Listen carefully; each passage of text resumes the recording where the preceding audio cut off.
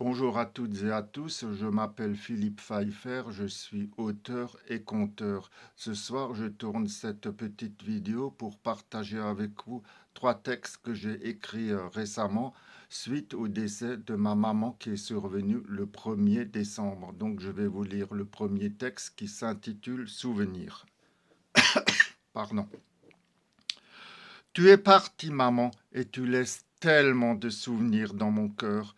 Nous avons vécu des moments douloureux ensemble, mais aussi des moments joyeux. Tu resteras au fond de mon cœur pour toujours.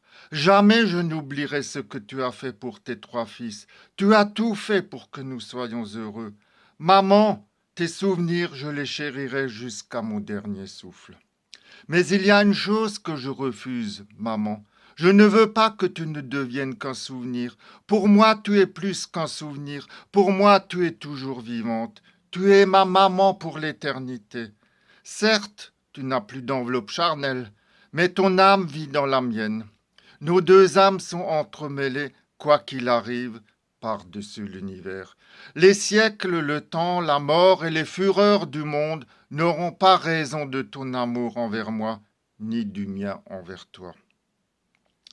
Maman, je proclame face au destin et à l'humanité entière que la flamme que tu as déposée dans mon cœur brille toujours encore et pour longtemps.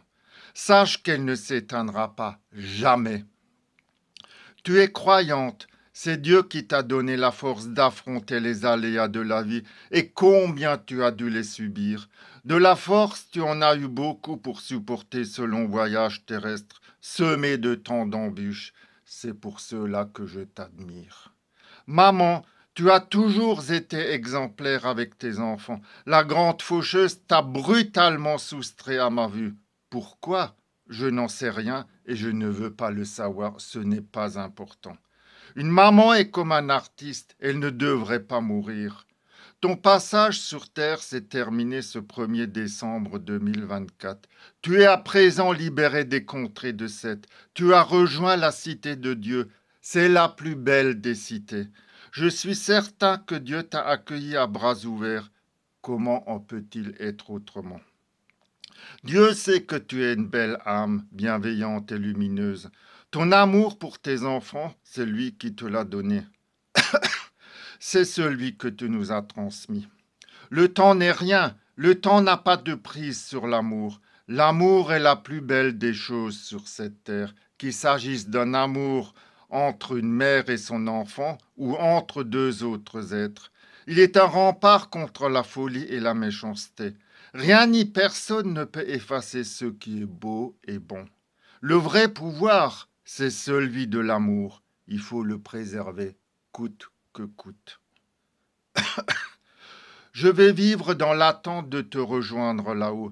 Le jour où cela arrivera, je serai rempli d'une joie immense. Je sais que cette attente sera peut-être un peu longue et difficile, mais je suis patient. Nous serons tous les deux aux côtés de Dieu, car nous savons qu'il est le maître de l'amour. L'amour, c'est tout ce qui compte. Et puis, maman, sache que tu m'as transmis ta force. Elle se trouve partout dans ma personne, dans le moindre recoin de mon âme.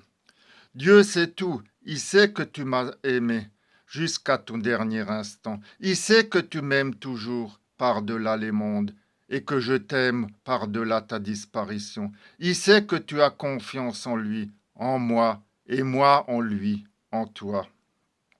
Maman, tu n'es plus là physiquement, mais ton amour, lui, est toujours vivant au fond de mon être. Voilà, je vais vous lire le second texte qui s'intitule Le grand voyage. Chère maman, tu es partie pour le grand voyage. J'aurais bien aimé t'accompagner, mais mon voyage sur cette terre n'est pas terminé. Je dois le faire jusqu'au moment que le destin m'a assigné.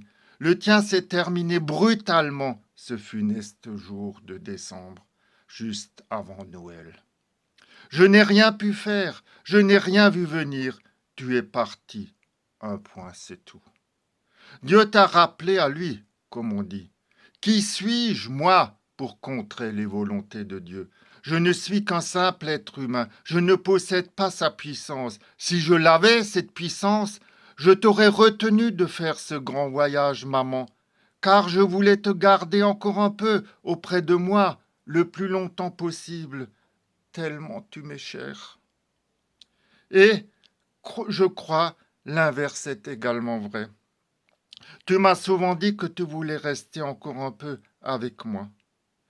Faire le deuil, je ne le peux pas. Oh, bien sûr, je suis à présent obligé de continuer mon chemin sans toi. Je ne peux faire autrement.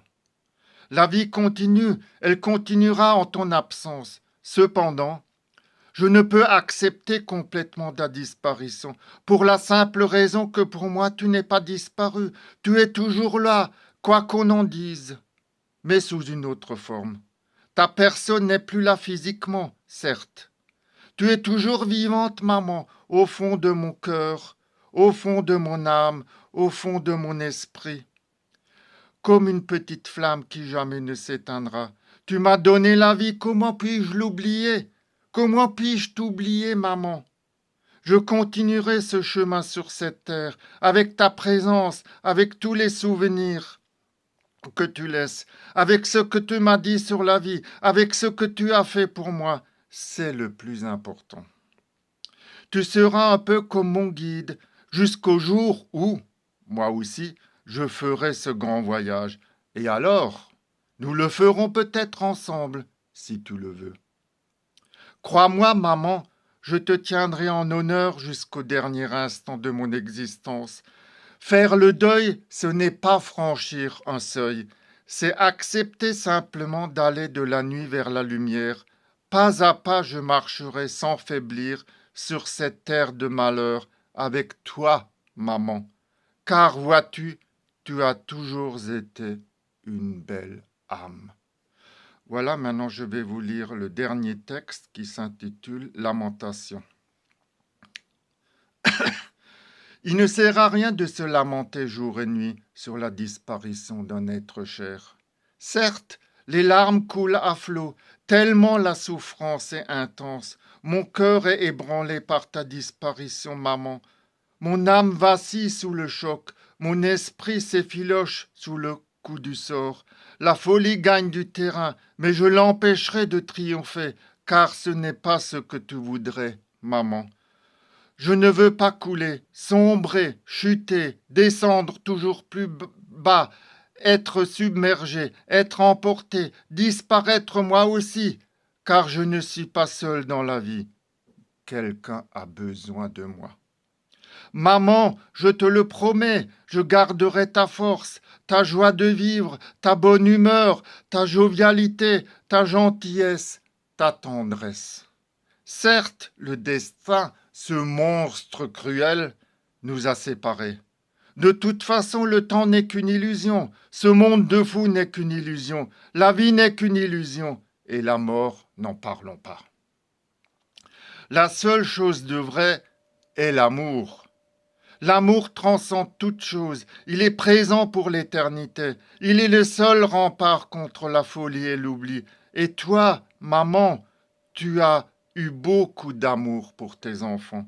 Oui, mon âme se lamente, c'est bien normal, je ne suis qu'un être humain. Maman, tu ne laisses pas de grand vide, comme on pourrait le croire, puisque l'amour est là, bien présent, au fond de mon cœur. Que toutes les belles âmes de cette terre t'adressent leurs milliers de prières de bienveillance et de réconfort. Tu l'as tellement mérité, chère maman.